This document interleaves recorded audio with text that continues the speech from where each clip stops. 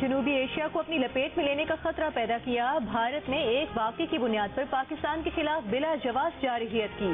مسلح افواج نے army chief field marshal Asim Munir کی قیادت میں بھرپور جواب دیا.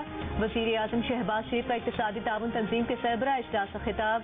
کہا بھارت کا پاکستان پر حملہ خطے کو غیر مستحکم کرنے کی کوشش تھی. پانی کروڑوں پاکستانیوں کی لائف لائن ہے. پاکستان کا پانی روکنے کا بھارتی اقدام جنگ کے مترادف ہوگا. وزیر اعظم کی ایران پر اسرائیل کی بلا جواز جارحیت کی بھی مذمت. ایرانی قیادت سے یکجہتی کا اظہار. غزہ کی صورتحال پر وزیر اعظم نے کہا اسرائیل کسی روک ٹوک کے بغیر غزہ میں موجود فلسطینیوں کو بھوکا مار رہا ہے. غزہ ہو یا مقبوضہ کشمیر، پاکستان دنیا میں کہیں بھی بے گناہ لوگوں پر ظلم کرنے والوں کے خلاف کھڑا ہے. وزیر اعظم کا کہنا تھا کہ دنیا کو پگھلتے گلیشیئرز، شدید گرمی، تباہ کن سیلاب اور دیگر چیلنجز کا سامنا ہے. ترقی کے عمل میں رکن ممالک کے ساتھ اجتماعی کاوشوں میں شرکت پر فخر ہے.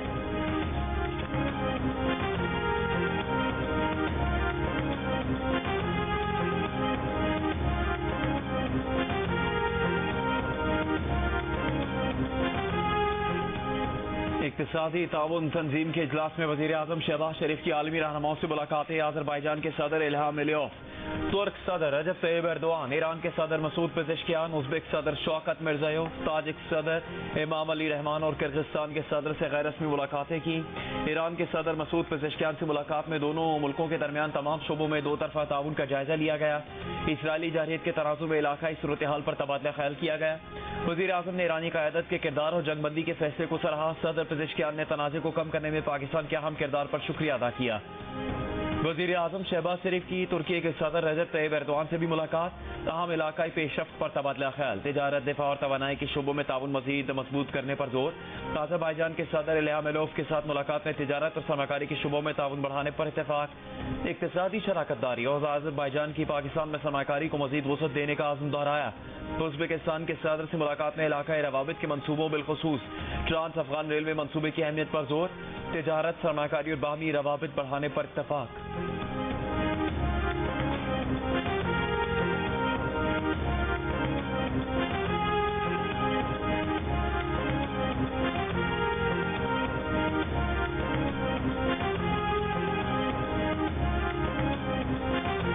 پیپلز پارٹی کے چیئرمین بلاول بھٹو زرداری نے کہا ہے بھارت نے دہشت گرد حملے کے بعد شواہد نہ اپنے لوگوں سے شیئر کیے اور نہ ہی پاکستان اور بین الاقوامی برادری سے. امریکہ نے بھی بھارت کے اس بیان کی توثیق نہیں کی کہ اس پر حملہ باہر سے ہوا ہے. بھارت سے زیادہ دہشت گردی کے واقعات پاکستان میں ہوئے. عرب میڈیا کو انٹرویو میں بلاول کا کہنا تھا کہ بھارت میں مسلمانوں کے ساتھ امتیازی سلوک کیا جاتا ہے. بھارت میں کوئی مسلمان اپنے حق کے لیے آواز اٹھاتا ہے تو اس کو دہشت گرد قرار دے دیا جاتا ہے. مقبوضہ کشمیر میں بھی کوئی کشمیری اپنے حق کے لیے آواز اٹھاتا ہے تو اس کو بھی دہشت گرد قرار دیا جاتا ہے.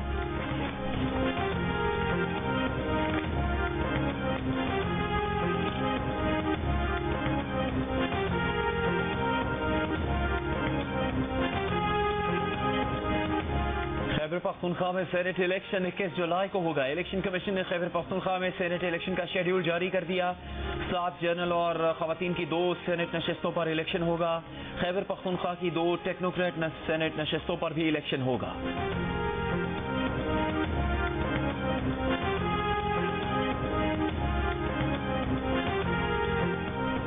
خیبر پختونخوا کے وزیر اعلیٰ علی امین گنڈاپور نے کہا ہے کہ ان کی حکومت مضبوط ہے، کوئی رکن کہیں نہیں جا رہا. تحریک عدم اعتماد لانے کا شوق رکھنے والے حقیقت دیکھ لیں گے. صحافیوں سے گفتگو میں علی امین گنڈاپور کا کہنا تھا کہ گورنر کچھ نہیں بگاڑ سکتے، وہ صرف بیانات دیتے ہیں. وزیر اعلیٰ نے کہا کہ بجٹ پاس نہ ہوتا تو ان کی حکومت جاتی. صرف 2 ارکان نے بجٹ کے حق میں ووٹ نہیں دیا. سب جانتے ہیں وہ کس کے لوگ ہیں. علی امین گنڈاپور نے مزید کہا کرپشن ختم نہیں ہوئی مگر کنٹرول کر لی ہے.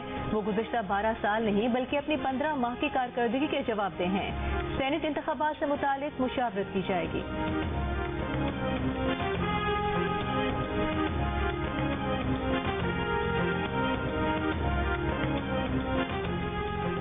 وزیر اعلیٰ پنجاب مریم نواز شریف DHQ ہسپتال پاک پتن پہنچ گئی. مختلف وارڈز کا دورہ. مریضوں اور اہل خانہ نے اسپتال میں بدنظمی، غفلت اور دیگر شکایات کے انبار لگا دیے. دوائیاں موجود ہونے کے باوجود باہر سے منگوائی جا رہی تھی. MS اور دیگر ذمہ داروں کے حقائق چھپانے کی کوشش. وزیر اعلیٰ پنجاب کا سخت ایکشن. CEO ہیلتھ پاک پتن ڈاکٹر سہیل اصغر اور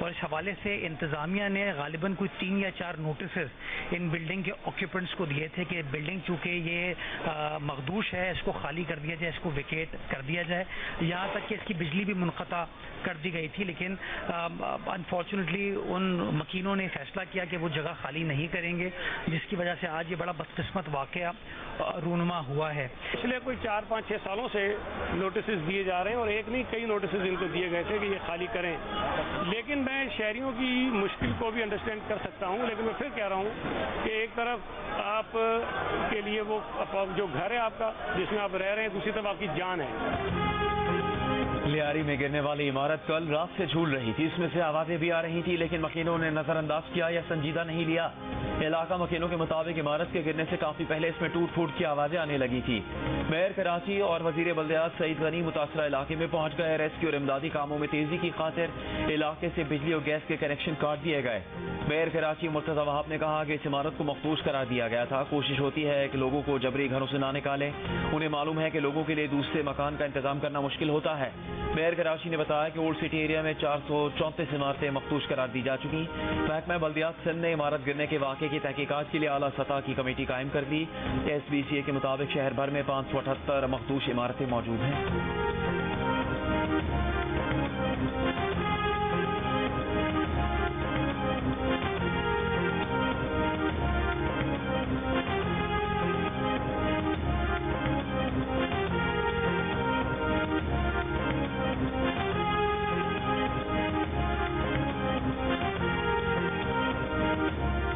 کراچی میں مخدوش قرار دی گئی عمارتوں کے مکینوں کو فوری مناسب متبادل دیا جائے اور عمارتیں خالی کرائی جائیں. سندھ اسمبلی میں اپوزیشن لیڈر اور متحدہ قومی موومنٹ کے رہنما علی خورشیدی کا مطالبہ.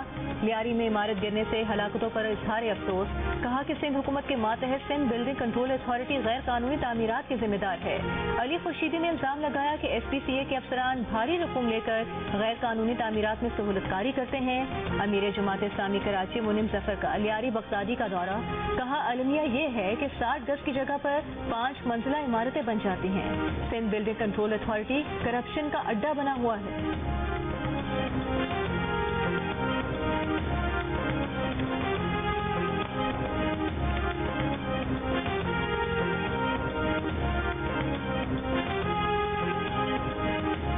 کراچی میں عمارتوں کے گرنے کے واقعات نے انتظامیہ کی کارکردگی پر سوال یا نشان کھڑے کر دیے. کراچی میں غیر قانونی تعمیرات کا ذمہ دار کون ہے؟ جن علاقوں میں 2 منزلہ عمارت سے زیادہ کی اجازت نہیں, وہاں 4-5 منزلہ بلڈنگز کیسے کھڑی کر دی جاتی ہیں؟ غیر قانونی عمارتوں کے لیے سندھ بلڈنگ کنٹرول اتھارٹی کے اجازت نامے کیسے جاری ہو جاتے ہیں؟ عمارتی نقشوں میں ہیر پھیر میں کون کون شریک ہوتا ہے؟ کیا کسی عمارت کی تعمیر کے بعد اس کے معیار کا جائزہ لیا جاتا ہے؟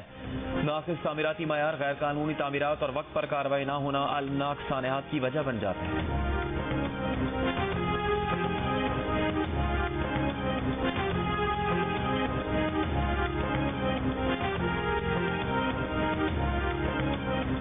لاہور کے علاقے جوہر ٹاؤن میں فارم ہاؤس سے نکل کر 3 افراد کو زخمی کرنے والے شیر کا مالک گرفتار. لائسنس کے بغیر شیر رکھنے کا مقدمہ درج. شیر کو بھی تحویل میں لے لیا گیا. محکمہ وائلڈ لائف نے حملہ آور شیر کو بھی عدالت میں پیش کر دیا. عدالت کا شیر کو سفاری پارک منتقل کرنے کا حکم. پنجاب کی سینئر وزیر مریم اورنگزیب کا کہنا ہے کہ بلا لائسنس جنگلی جانور رکھنے والوں سے رعایت نہیں برتی جائے گی. وائلڈ لائف حکام کے مطابق ملزم نے افریقی شیر غیر قانونی طور پر اپنے پاس رکھا ہوا تھا.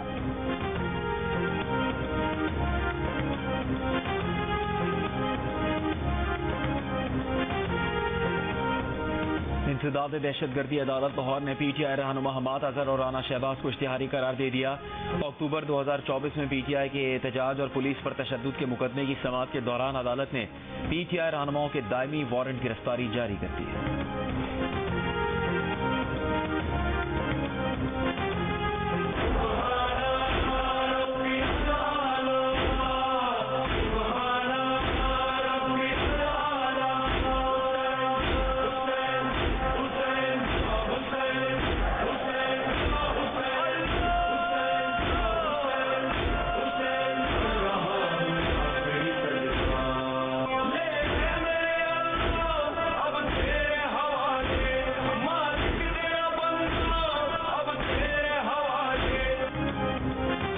کربلا کے عظیم شہداء کی یاد میں ملک بھر میں مجالس اور جلوس کا سلسلہ جاری. کراچی، لاہور، حیدرآباد اور پشاور سمیت ملک بھر میں جلوس.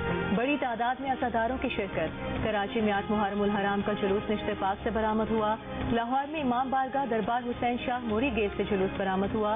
حیدرآباد، ملتان، جھنگ، سرگودھا، بہاولپور، حیدرآباد، خیرپور، پارا چنار، ہنگو اور گلگت سمیت دیگر اضلاع میں ماتمی جلوس نکالے گئے. عزاداران کا نوحہ خوانی اور ماتم کر کے امام حسین اور ان کے ساتھیوں کو خراج عقیدت. جلوسوں کی حفاظت کے لیے سخت سیکیورٹی انتظامات.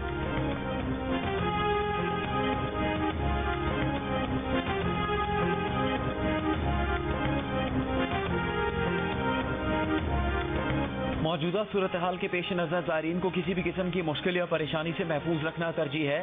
وزیر داخلہ محسن نقوی کی یقین دہانی. وزیر اعظم کی ہدایت پر ایران اور عراق جانے والے زائرین کے مسائل کے حل کے لیے قائم خصوصی ٹاسک فورس کا اہم اجلاس.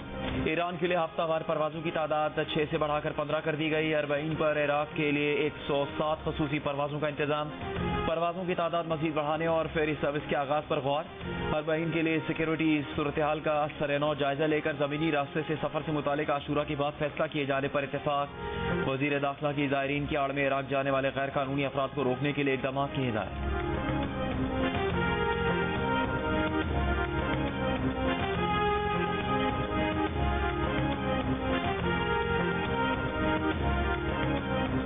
گورنر سندھ کے اعزاز میں قطر کے سفیر علی بن مبارک کی جانب سے ظہرانہ ملاقات میں گورنر سندھ نے ایران اسرائیل کشیدگی کے تناظر میں قطر کے ذمہ دارانہ کردار کو سراہا. کہا پاکستان اور قطر برادر اسلامی ممالک ہیں. تعلقات باہمی احترام پر مبنی ہیں. وقت کے ساتھ دونوں ملکوں کے تعلقات مزید مستحکم ہو رہے ہیں.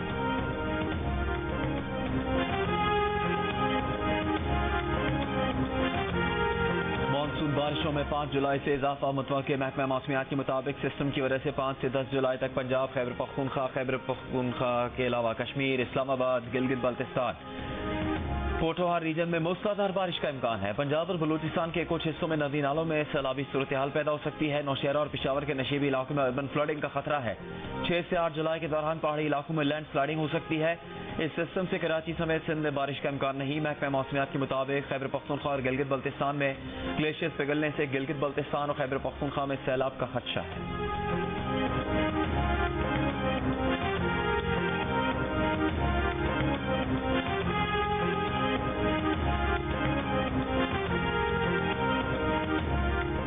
درخت کاٹنے کی کسی صورت اجازت نہیں. کسی ایسے منصوبے کی منظوری نہ دی جائے جس میں درخت کاٹے جائیں. لاہور ہائی کورٹ کا یلو لائن ٹرین کے لیے درخت کاٹنے سے متعلق شدید ناراضگی کا اظہار. عدالت نے قرار دیا کہ یلو لائن منصوبے کے خلاف نہیں. منصوبہ ضرور بنائیں لیکن درخت نہ کاٹیں.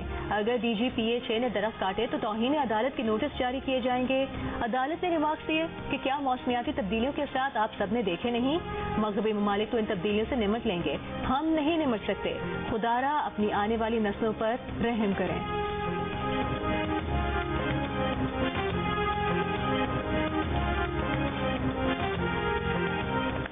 ترجمان دفتر خارجہ نے کہا کہ بھارتی حکام کی جانب سے نام نہاد نیوکلیئر بلیک میلنگ کا الزام بھارت کی شدید مایوسی اور عدم تحفظ کی علامت ہے. پاکستان کی روایتی عسکری صلاحیتیں بھارت کے خلاف مؤثر دفاع کے لیے کافی ہیں. ہفتہ وار میڈیا بریفنگ میں کہا کہ بھارت نے پاکستان کے خلاف جارحیت کی جس پر پاکستان نے اپنے دفاع کا حق استعمال کیا.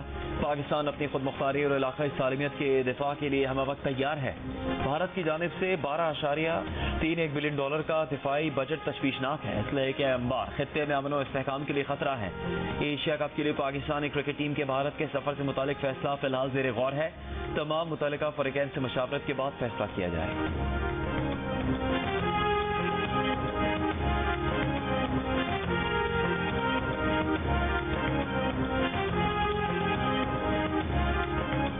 روس نے افغان طالبان حکومت کو تسلیم کر لیا. روس نے افغانستان کے نئے سفیر کی اسناد قبول کر لی. افغان وزارت خارجہ کی بھی پیش رفت کی تصدیق. بتایا کابل میں روس کے سفیر نے افغان وزیر خارجہ امیر خان متقی سے ملاقات میں ماسکو حکومت کے فیصلے سے آگاہ کیا. روس افغان طالبان حکومت تسلیم کرنے والا پہلا ملک بن گیا.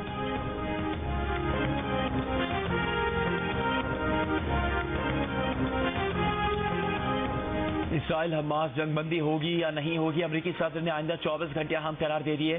کہا آئندہ 24 گھنٹے میں پتہ چل جائے گا کہ اسرائیل حماس ڈیل کا کیا ہوتا ہے. انہوں نے ایران کے جوہری خطرے کو طویل عرصے کے لیے ختم کر دیا ہے، جس کے بعد اب مزید کچھ ممالک ابراہیمی معاہدے میں شامل ہو سکتے ہیں. امریکی صدر کا روسیہ منصب ولادیمیر پوتن سے ٹیلی فونک گفتگو پر مایوسی کا اظہار. کہا انہیں نہیں لگتا پوتن یوکرین جنگ میں روکیں گے. امریکی صدر ٹرمپ کا یوکرینی صدر زیلنسکی سے بھی ٹیلی فون پر رابطہ.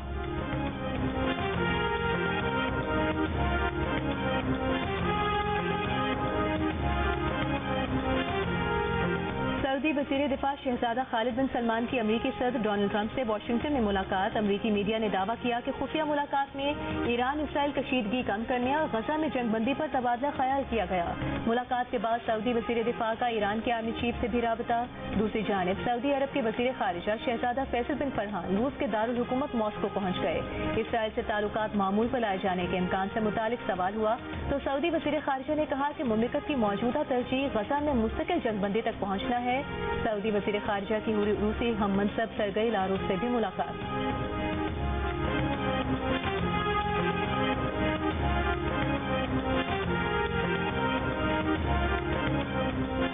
غزہ میں اسرائیلی فوج کی بمباری. صبح سے جاری حملوں میں مزید 41 فلسطینی شہید.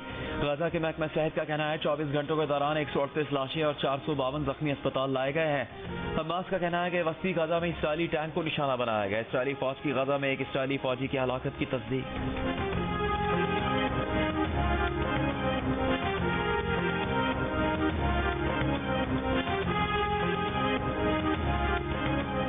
امریکہ ایران سے اگلے ہفتے دوبارہ جوہری مذاکرات شروع کرنے کے لیے تیار ہے. امریکی نیوز ویب سائٹ نے 2 ذرائع کا حوالہ دیتے ہوئے کہا کہ امریکہ کے مشرق وسطی میں نمائندہ خصوصی اسٹیو وٹکوف اگلے ہفتے اوسلو میں ایران کے وزیر خارجہ عباس عراقچی سے ملاقات کریں گے.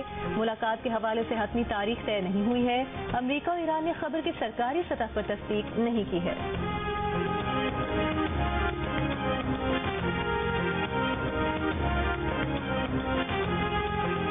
امریکہ نے ایران کی تیل تجارت اور حزب اللہ سے وابستہ مالی ادارے پر نئی پابندی عائد کر دی. محکمہ خزانہ کے مطابق عراقی نژاد برطانوی شہری سلیم احمد سعید کی زیر نگرانی کمپنیوں کا نیٹ ورک 2020 سے ایرانی تیل کو عراقی تیل کے طور پر ظاہر کر کے اربوں ڈالر کی اسمگلنگ میں ملوث ہے. پابندیوں میں سلیم احمد سعید کی UAE میں قائم کمپنی ویس ٹینکرز اور کئی بحری جہاز شامل ہیں جو ایرانی پاسداران انقلاب کی مدد کے لیے استعمال کیے گئے. حزب اللہ کے مالیاتی ادارے القرض الحسن سے منسلک کئی اعلیٰ عہدیداروں اور اداروں پر بھی پابندیاں آئیں.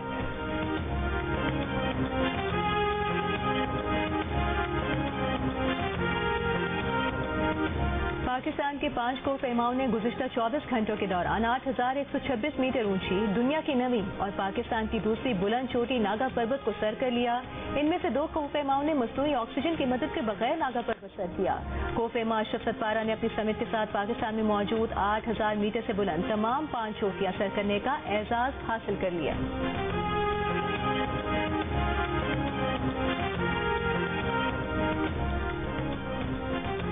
پاکستان نے ایشین یوتھ گرلز نیٹ بال چیمپئن شپ کا پلیٹ ڈویژن کپ جیت لیا. پاکستان ویمنز ٹیم نے فائنل میں مالدیپ کو 35 کے مقابلے میں 60 گول سے شکست دی. فائنل جیتنے کے بعد کھلاڑیوں نے بھرپور جشن منایا. وزیر اعظم کی گرلز ٹیم کو ایشین یوتھ گرلز نیٹ بال چیمپئن شپ جیتنے پر مبارکباد. کہا یہ پاکستان کے لیے فخر کا لمحہ اور ویمنز سپورٹس پہ اہم سنگ میل ہے. وہ پورے ایونٹ میں ناقابل شکست رہنے پر ٹیم کو خصوصی داد دیتے ہیں.